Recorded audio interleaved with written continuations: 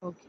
A very good morning to one and all present here. I, Muskan Grover, on behalf of Geeta Ratan International Business School, take this opportunity to welcome you all to the webinar on the theme Awareness Campaign on Environmentally Friendly Activities, Waste Handling, and the Use of Solar Energy for Sustainable Growth and Development. I welcome our guest speaker, Dr. Amita Singh, President, Network of Asia Pacific Schools and Institutes of Public Administration and Governance and Disaster Research Group, Director Sir Professor Dr. Hanuman Sharma, all the faculty members of GIBS, and dear students. Geeta Ratan International Business School was established in the year 2004. It is a self-financing ISO 9001-2008 certified and NAC accredited institute. It is affiliated to Guru Gobind Singh Indraprastha University, Delhi, and approved by All India Council for Technical Education, Ministry of HRD, Government of India for technical courses, and Bar Council of India for law course. The institute conducts various courses, namely MBA, MBA International Business, BBA LLB Integrated, BA LLB Integrated, and BBA. GIBS has been graded A by National Assessment and Accreditation Council in the second cycle. GIBS has been rated A+ by the State Fee Regulatory Committee, a fee committee of Government of NCT of Delhi. GIBS has been rated highest grading A by the Joint Inspection Committee of Government of NCT of Delhi and Guru Gobind Singh Indraprastha University since 2013 till date. GIBS has been rated A by the Academic Audit Cell of Guru Gobind Singh Indraprastha University since 2011 till date. GIBS has achieved 4-star ranking in IIC MOE ranking 2021. GIBS has been ranked as number 49 in top 150 B schools in India, 34th in top 100 private institutes in India, and 19th in top 20 North B schools for its MBA program by the Times Business School Survey 2022. Also, GIBS has been rated as number 2 pan-India for its BBA program by Times Business School Survey since 2021 to 2019-2018. And this year, we have achieved a first rank in the BBA program. As one of the national capital's leading business schools, GIBS brings together people, cultures, and ideas from around the corner to change lives and to transform organizations. The institute is an ideal setting for learning a diverse community knit together by its physical environment as well as its commitment to the highest standards of excellence, integrity, free expression, and inquiry. The campus boasts state-of-art infrastructure, facilities, and resources. The Ministry of Education, Government of India, has established an innovation cell with the purpose of systematically fostering the culture of innovation in all higher education institutions across the country.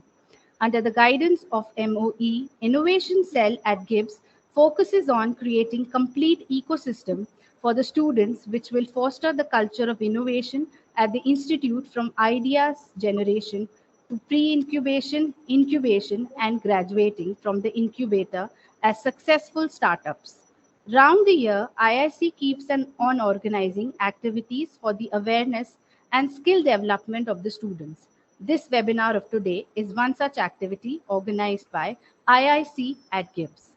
The speaker of our webinar is Dr. Amita Singh, President, the Network of Asia Pacific Schools and Institutions of Public Administration and Governance and Disaster Research Group. Dr. Amita is currently Senior Distinguished Professor at the National University of Juridical Sciences, Kolkata. Simultaneously, her research on socio-political concerns continues as President of NDRG and Asia Pacific Disaster Research Group and as Senior Fellow at the Institute of Social Sciences, New Delhi. She retired as the Professor of Law and Governance at the Center for Study of Law and Governance at JNU, where she taught for around 20 years. She has been founder, chairperson of the Special Center for Disaster Research and member secretary of Institutional Ethics Review Board at JNU.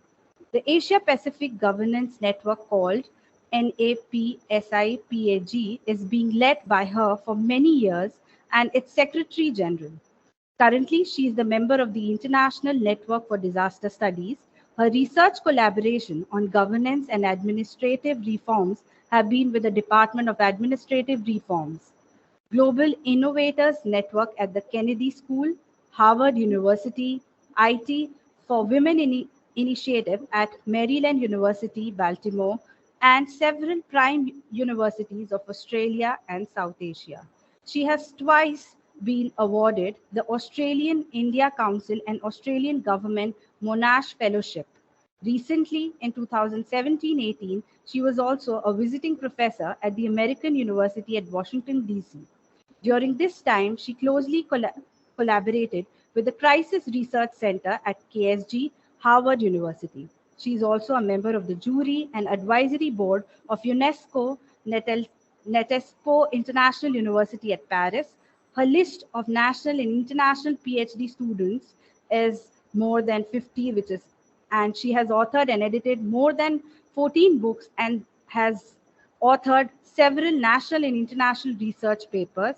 She is the series editor of Palgrave Macmillan Global South series on disaster management with 5 books in a row. Currently, she is the chief editor of Springer International Handbook on Disaster Research. She is the recipient of many national and international awards, including the 2014 Bangladesh National Award, Nawab Bahadur Sayyid Nawab Ali Chaudhry National Award in Dhaka. Her other awards in the past are Delhi's Public Service Award, NALSA Social Justice Award, Millennium Award for Women in Public Services, and E-Governance Award 2010. Professor Singh is an ardent campaigner for the habitat rights of non-human species and leads a Gurgaon-based organization called Walk for Animals and Habitat. We are highly honored to have you amongst us today, ma'am. I would like to now invite Dr. Amita Singh to share her words of wisdom with her. Please, ma'am.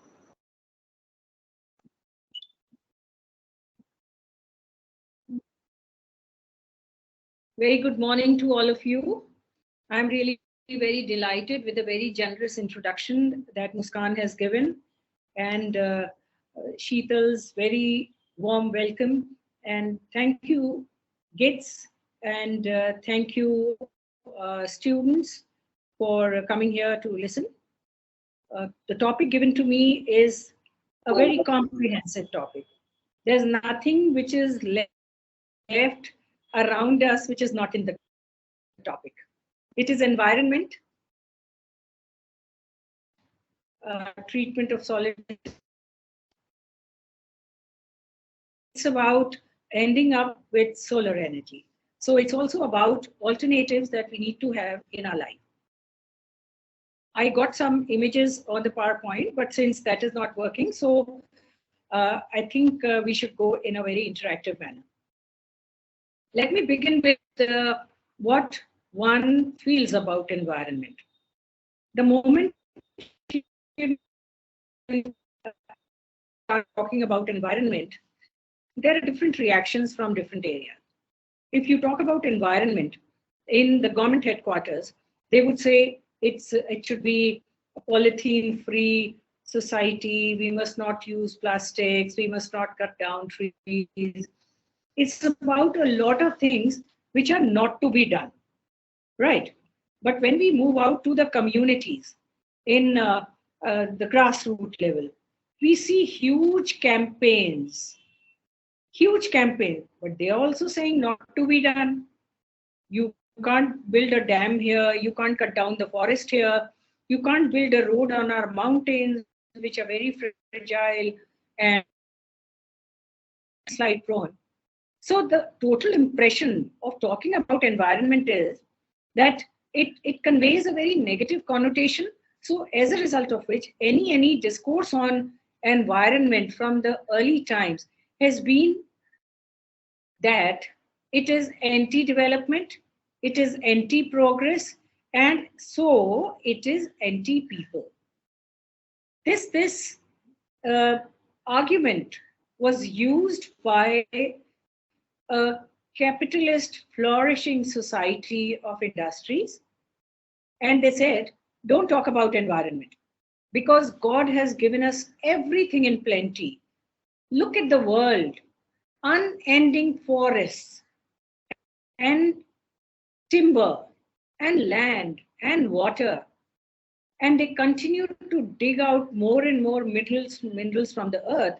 Mining was unending because there was plentiful, and everything was still more than what people wanted.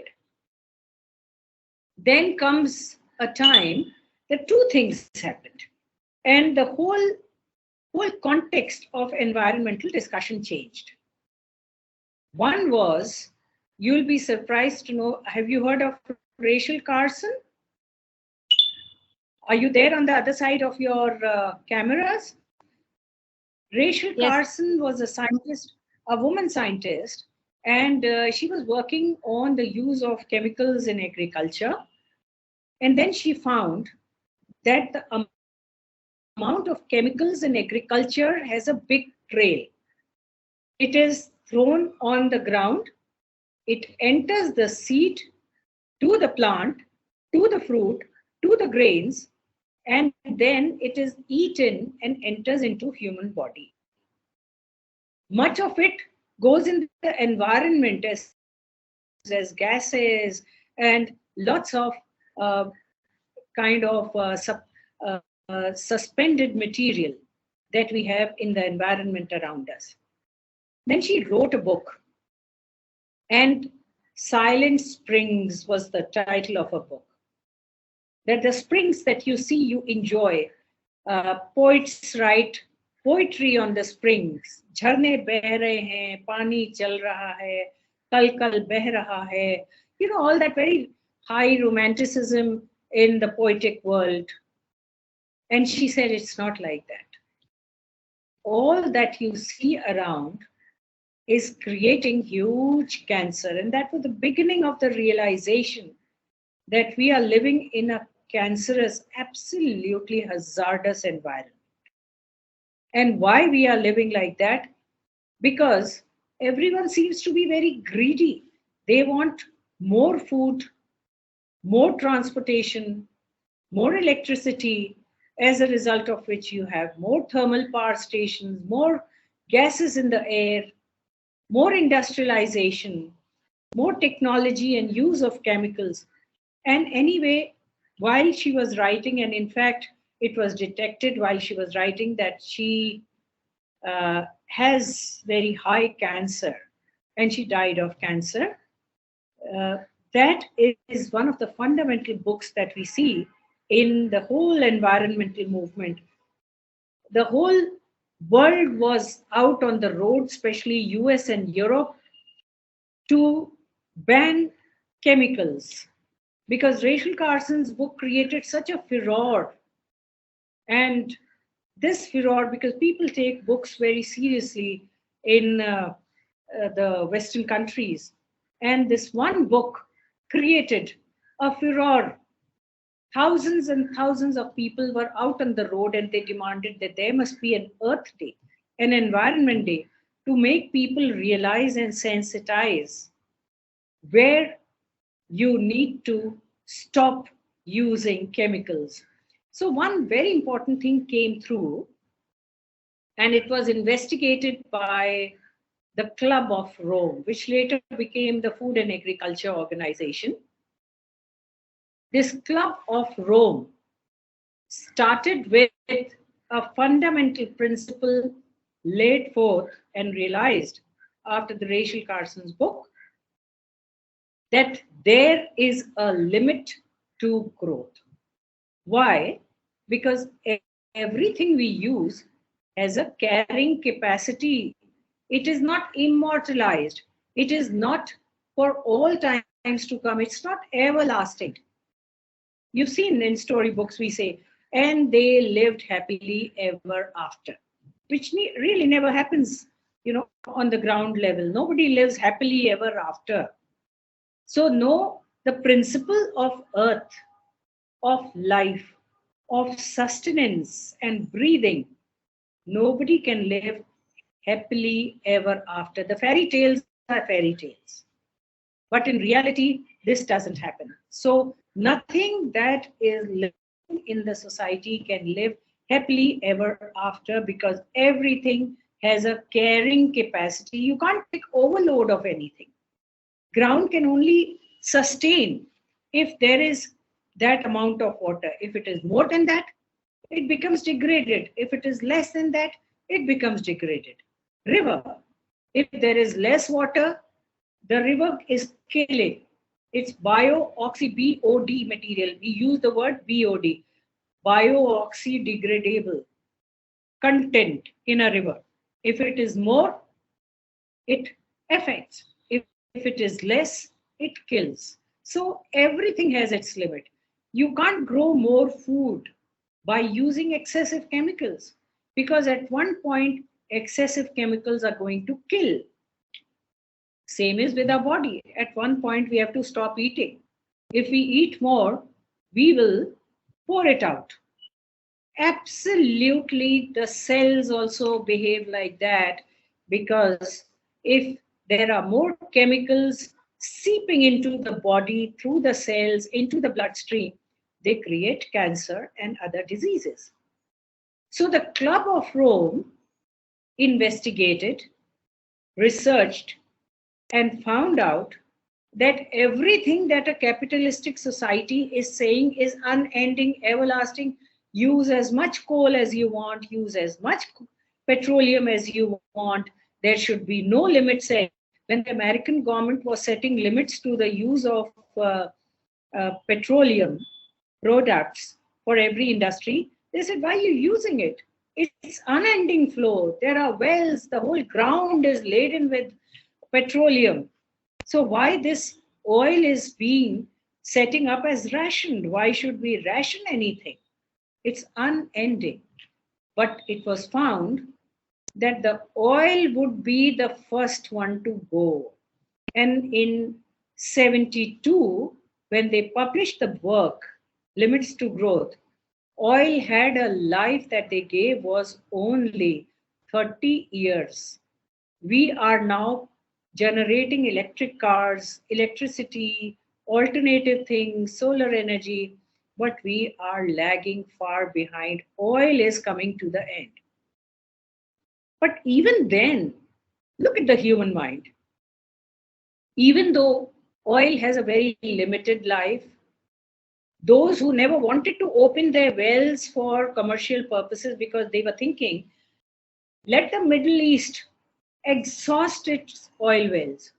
And when Middle East would be left with nothing to sell because they have only oil to sell, if they'll have nothing else to sell, only then we'll open the locks of our oil and natural gas. That was America, that was Russia. And you know that they have both opened up their wells and the natural gas. They become suppliers also, because oil is getting to the destination limit. It's coming to an end. The other thing to end was coal, but it ended up faster because there was no alternative research being done. They went on using oil and oil into everything. The car industry said we have to have the freedom of selling the cars. Automobile industry was surviving on this illusion that oil is unending. And why not? Because they were profiteers. Even today, they are selling the petrol cars, diesel cars. Where is the alternative technology? Electricity. But where is the electricity going to come from? It's going to come from thermal power station or hydroelectric power station. Where are the units for hydroelectric power stations? You know, all the dams are in danger. And an average life of a dam is 40 years. And then they get silted up. It's very difficult to desilt the dam and create a reservoir. If you know the technology, how hydroelectricity is created, first huge storage of water, and then it is dropped over a dynamo. The dynamo moves around and the electricity is produced. But where are those huge reservoirs? Where is the land where the reservoir could be created? Narmada Bachao Andolan, Tehri Dam, Athirapalli is facing this huge crisis. Community is sitting outside and saying, stop building the dam. Bias Dam has burst out so many times. Morvi, flash floods come so many times. Dams are a very risky venture. They create earthquakes because the pressure of the reservoir and the water is so strong. Then there are glacial lake outburst. There are other problems in the Himachal and the Uttarakhand that creating a dam. Recently, last year, the Rani Dam burst. How the water came down and 26,000 crores went down in half an hour when the glacial lake outburst took place. Everything went flowing down. So that's a very risky venture. Then we have, power station, thermal power station. You're all denizens of Delhi, and you know that your parents will tell you the story that Indraprastha power station, then Badarpur power station, Indraprastha power station from natural gas came only after the torpedoing, by the communities of the this Badarpur power station. There was so much of pollution being created by the burning of the coal in the Badarpur power station because it was a thermal power station. First, the court ordered them to install chimneys because even the kids were becoming asthmatic. There was repairable and irreparable damages coming to the lungs. The lung cancer increased, cancerous regions were detected in Delhi, where very young people were contracting very serious diseases of the lungs and of the blood. So some special chimneys were being installed. Extremely expensive, crores of rupees was flowing down to prevent what was being generated for electricity. And then even that electricity was not enough because Delhi's population was blasting into doubling and tripling. Everything comes with a price. So the chimneys proved to be ineffective. And then one day it was told by the court that you have to stop, invest into natural gas. So the Indraprastha power station came up and very limited access to thermal power station. But there are more than 500 thermal power stations across the world.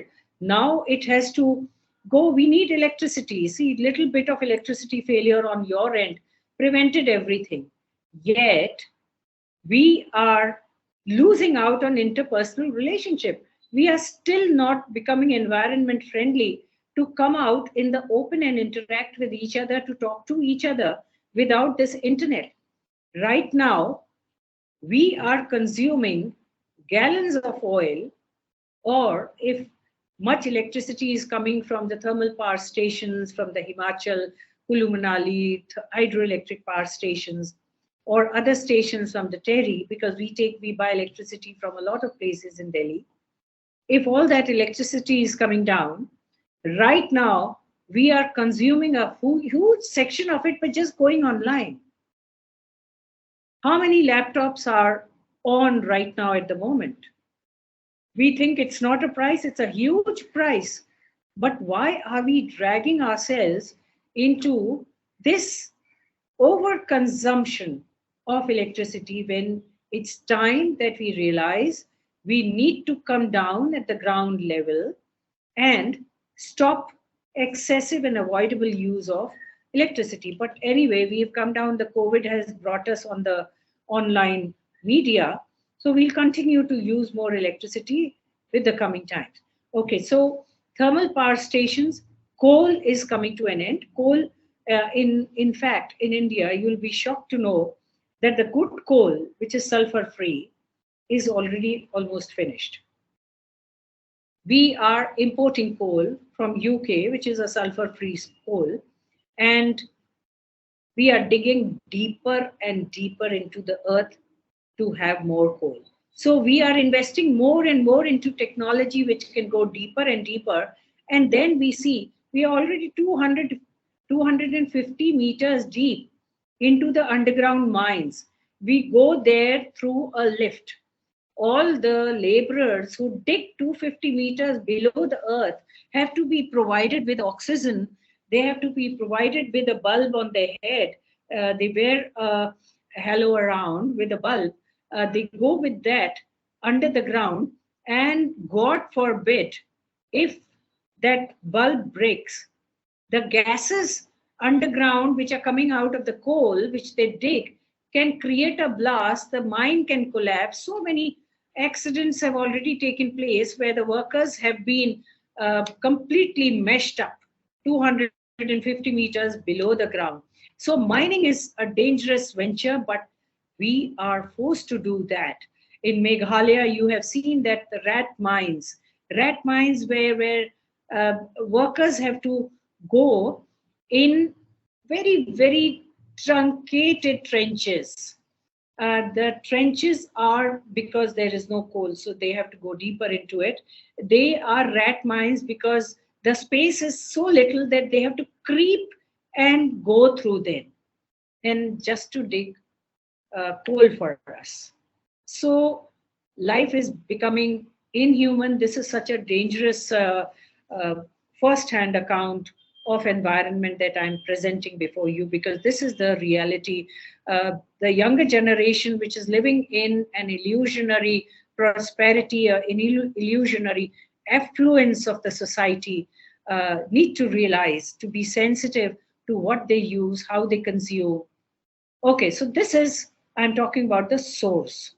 The source is from where we consume, whether it is food, which is all air conditioned base. You get foods all throughout the year. Anything, the seasonal vegetables, the seasonal fruits now are across the counter, all 24/7 for 12, 365 days. This is all air conditioned. But even then, the one that you go and buy is also online. If the electricity falls off and you are not used to walking down with a little bag in your hand to buy vegetables from a next door vendor, you would be so blank if you face failure of electricity, because your life would come to an end. So all this affluence, this sophistication, they're like the technological sophistication that you boast about, the present generation. Oh, I just order my groceries. Oh, that's a big ad which is coming through, Ranveer Singh, and who's the partner of Ranveer Singh, Padukone.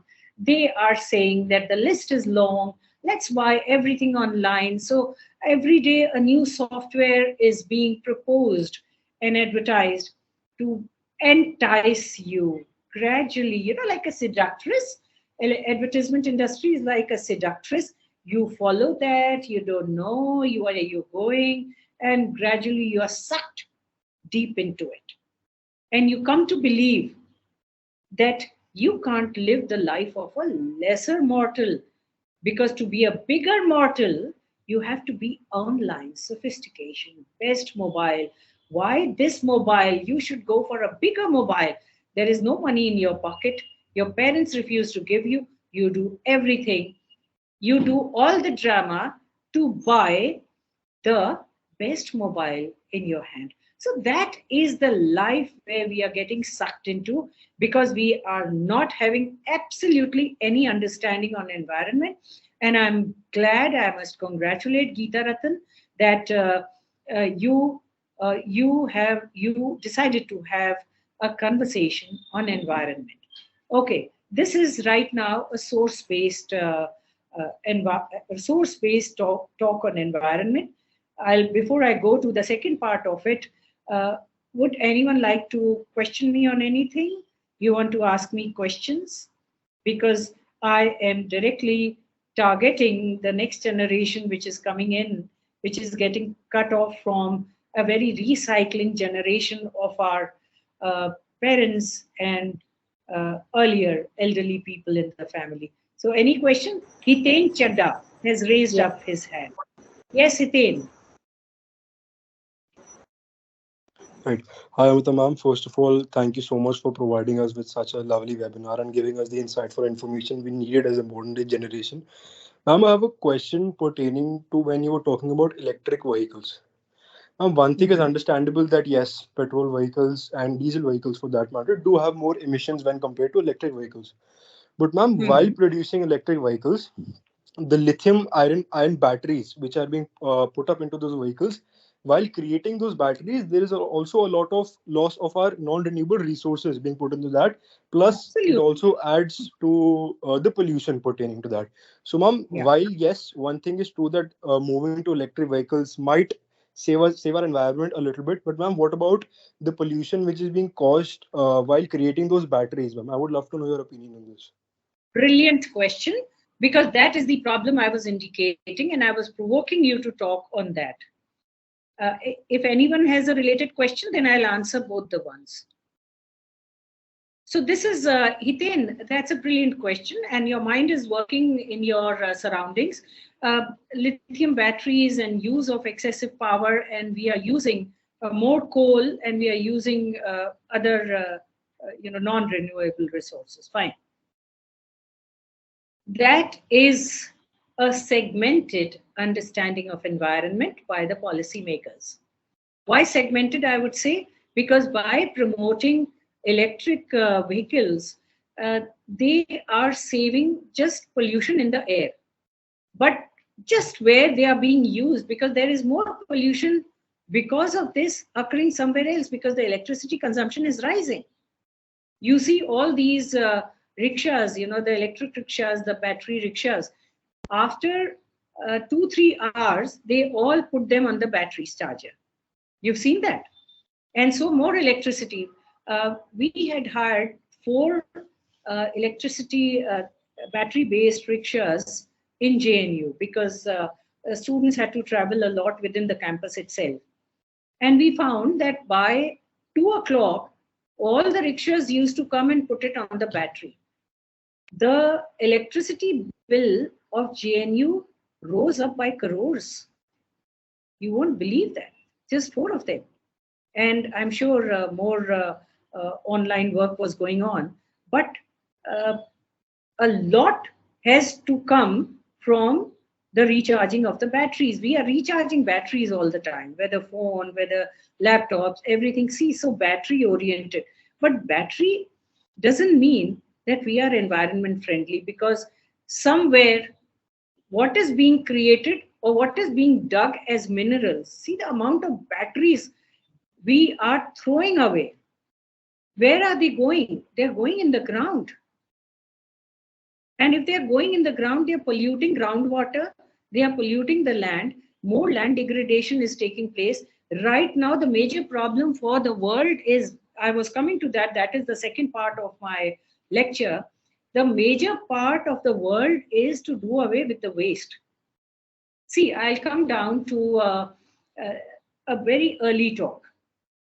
You know that uh, our generation actually grew up. Your generation has seen many good times. It's only now that Ukraine and Russians are standing against each other. And it's not the Ukraine. Behind Ukraine is actually all the Western powers. And Russia is maddeningly fighting the Western powers by killing Ukraine. So you see some madness in the international war game. But this madness is not new. This has always been there, where the First World War, the Second World War.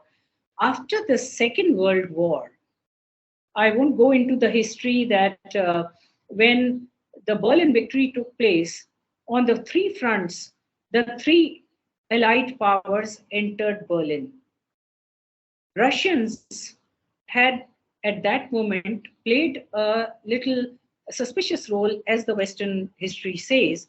And so they became very cautious that Russians are now not to be trusted, because basically they are not the rightist ideology, they are the leftist ideology, which means they are communist ideology.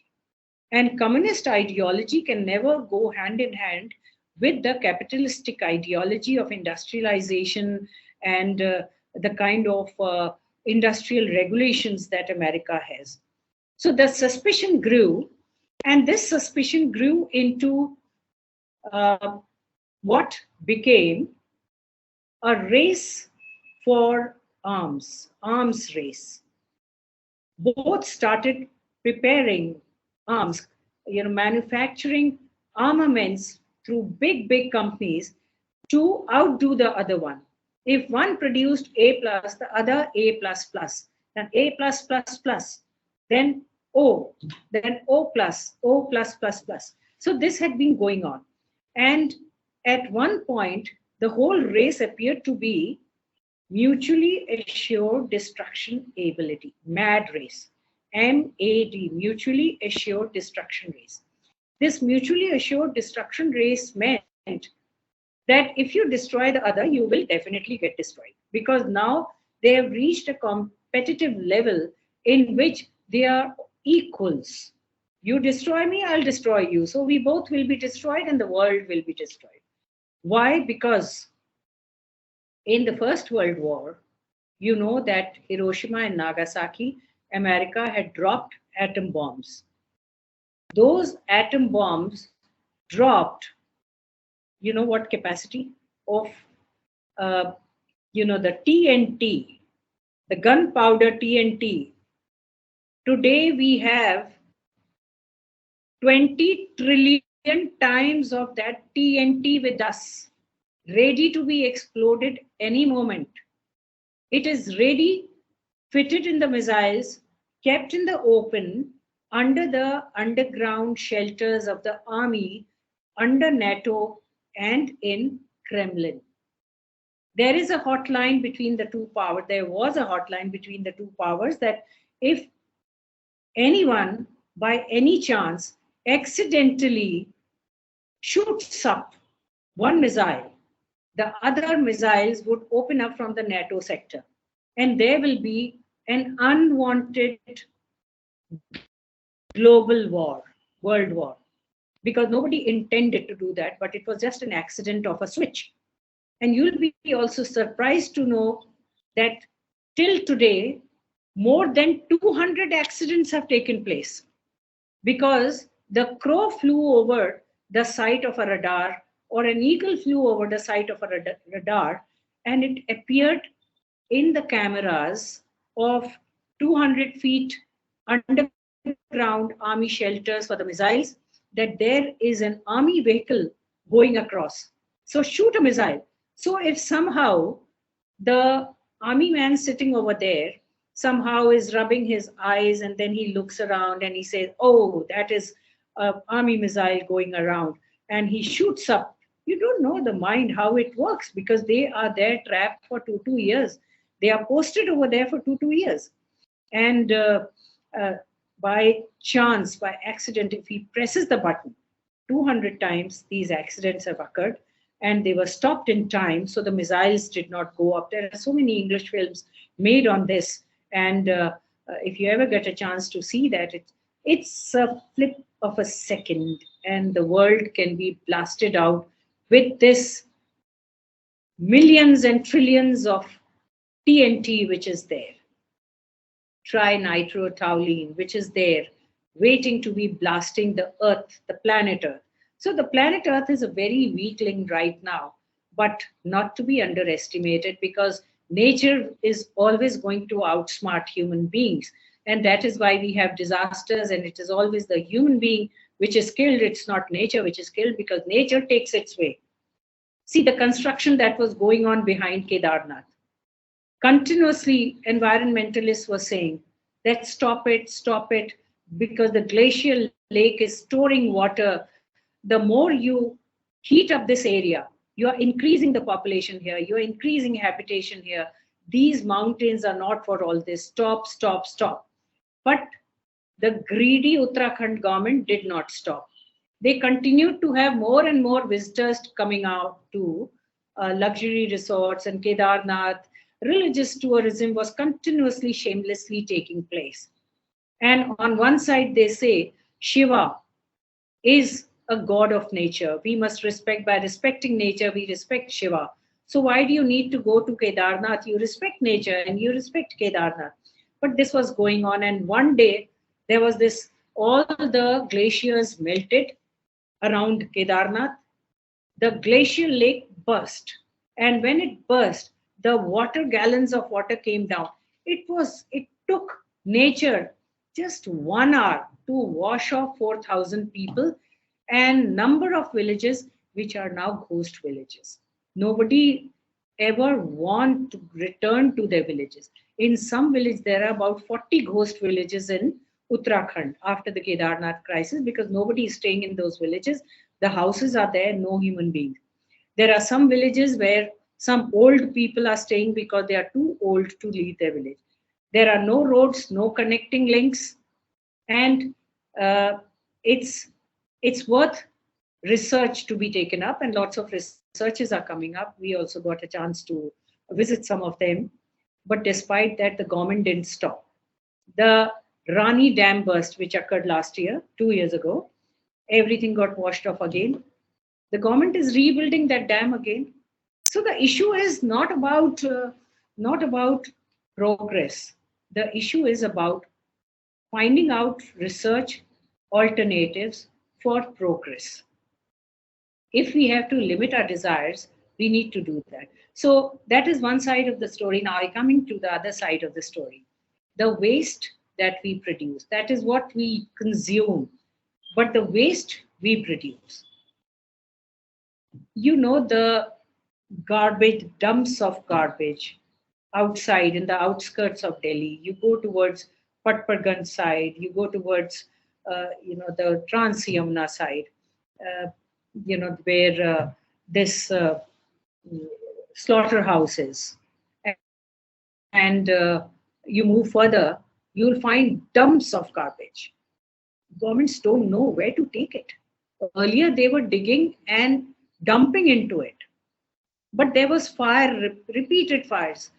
Then they covered it with mud, grew, those beautiful Yamuna riverbed forests.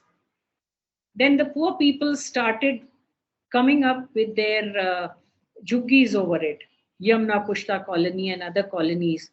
And there have been continuous fires coming out of the dumpage. The dump that was there was full of gases, and as a result of which the dumpage came up in the form of fire, in the form of gas leakages that was created and harming people in the vicinity. They moved it outer and further away from Yamuna, but that big dump is now bigger than Himalaya mountains. And you must have seen that there was a landslide in that garbage mountain, and many of the buses got dumped into it. They were completely broken out and meshed up in that garbage dump. So where are we going? The garbage that we are creating, how many of your homes have segregation techniques? I remember our grandfathers and that earlier generation. I'm myself granny's age, but my grannies and their grannies, they have always been using the segregation. What is this segregation? Garbage segregation is to keep two pots. And in the earlier generation, it came naturally. But in this generation, you have to teach. See the audacity of an unsophisticated personality. You eat a chocolate, take a wrapper, and you throw it in. You think you've done a very good job. You didn't throw it on the road. You threw it in the garbage bin. But did you see which garbage bin did you throw it to? Green or recyclable? It's so important to see within your homes that whether you should pack up all the peels of your vegetable waste along with the plastic and carton and paper waste. Most of the houses are still lacking in that sensitivity to segregate. That is the first step. If you start doing that, much of the garbage dump, which is creating havoc and disasters repeatedly, killing many people every year, that is something is avoidable. So garbage is now a problem as big as managing electronic waste. This is the other waste that we create. Laptops, we throw the laptop, we don't even consider where we are throwing.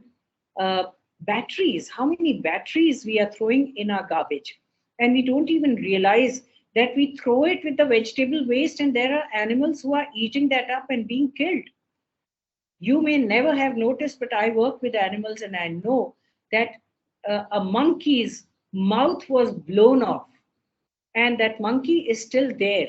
He's coming, and we are being very compassionate in managing the life of whatever remains of that monkey. It's just split open. The lips went out, the jaws inside, and the teeth ripped away. And this is what we do. We don't even realize. I have yet to see a cow eating that, but there are lots of cow lovers in the shelter homes who have told me that the same thing has happened with a number of cows, and also a camel. A camel has also gone. That story came from Tok district in Rajasthan, that he ate in the garbage of vegetables. He ate the battery and it ripped his liver out, and he died. Thankfully, he died. If he had survived, I don't know whether there was anything possible by the dirty human race to give back to that poor speechless animal. So, this is what we are creating around us. There's another problem. The villages are fast converting into urban areas, and the urban areas are taking away the villages. When I moved into Gurgaon as a very environment friendly citizen out of Delhi, because Delhi was not worth living. Gurgaon was providing environment friendly breeze, surroundings. We could see fireflies. Whenever I went in the evening to give food to the dogs, I could see lots of rabbits peeping through the shrubs, waiting for the food to be dropped. There were jackals, there were nilgais out in the open, and that was lovely terrain. We love to be in Gurgaon. All that is gone. We don't see fireflies. Fireflies at night used to follow us. I'm not talking of long early years. It was just 2003 and 4. And we migrated, most of us migrated in 97, 98. And we had that lovely life till 2002 or 3. Then suddenly globalization came in, construction, DLF, Unitech, the big machines started digging everywhere. All these were lost. The speechless animals, the first indicator that human beings, you are up on a hazard, you are up on a disaster, you're up on a suicide, because by killing us, you are only indicative of a process of your own suicide. We are the first ones to go, but your death is also not long behind. Sooner or later, it's going to come. And yes, it is coming. Even the suicides have increased. The actual suicides have increased. It's galloped so far. Children are not being born. When we moved into Gurgaon in 97, 98, there was only one infertility clinic, IVF clinic. Today, there are more than 48 IVF clinics. So many people are not able to give birth. So their reproductive systems are drying up. This is a beginning of an end of the human race. So we need to be cautious enough. And why this happened? Because while they are labs, and where is the lab? Lab is also a process of working on electronics. The radiation is coming directly in around the abdomen area where the reproductive area is. So radiation, continuous radiation. So laptop-based generation, which is the younger generation. Now it's our generation also. So various cancerous, reproductive cystosis, ovarian cystosis is also happening in a large number amongst the girls. Then lots of other problems are also coming in, because time is running out. Let me be short. That all this was roughly dumped into those wells of the villages. Because no users for the wells, the land has been taken away by the developer. So the wells became the dumping ground for the electronic waste. It seeped into groundwater, and everything becomes degenerated. But it's not just degeneration, it's also a nuclear waste in some way, because some other there is radiation, high radiation. So underground water, food which is being produced. Now the third thing I'm coming to, besides the waste, is lack of food. We are already in a tunnel. The end of it is no food, because all the land is gone. We have uh, almost 18% of the reproductive land. I'm talking about it in human terms because I consider land as living, because as an environmentalist, I am sensitive to every life that is around us. The reproductive part of the land, which is producing grains for us, is reducing because we are constructing over it. And because we are constructing and we are not even thinking how to retrofit what is existing, and let's use, recycle. Instead of all that, we are growing, expanding, concretizing every bit of land. As a result, what happens is that we lose connection with the land, which is giving us food. 18% of the land is escaping into concretization every year. And so we are losing food. That is a food crisis, the third part. The last part of it is the whole medical waste which is going down. And that is also going down in the dump yard. Even if we recycle, that recycling process is so expensive, so dependent on electricity, so dependent on the other uh, technologies, chemicalization, that the ultimate is that we destroy environment. So the only thing left is the poor sun shining over us, where we have the solar energy. And you'll also be shocked to learn that the sun is becoming cooler. Its heat is becoming less and less. And the reason for that is the CFC gases, chlorofluorocarbons, which are accumulating all around the ozone. They are nibbling out the ozone layer, which is transferring the earth energy to the sun, and the sun becomes brighter and stronger. But still, it has billions of years to be with us in times to come. So the only alternative is, one is the wind energy, which is around the coastal areas. The other is the solar energy. And that is why our Prime Minister brought the Solar Alliance, Global Solar Alliance. India is number one in the Global Solar Alliance, but little work is being done.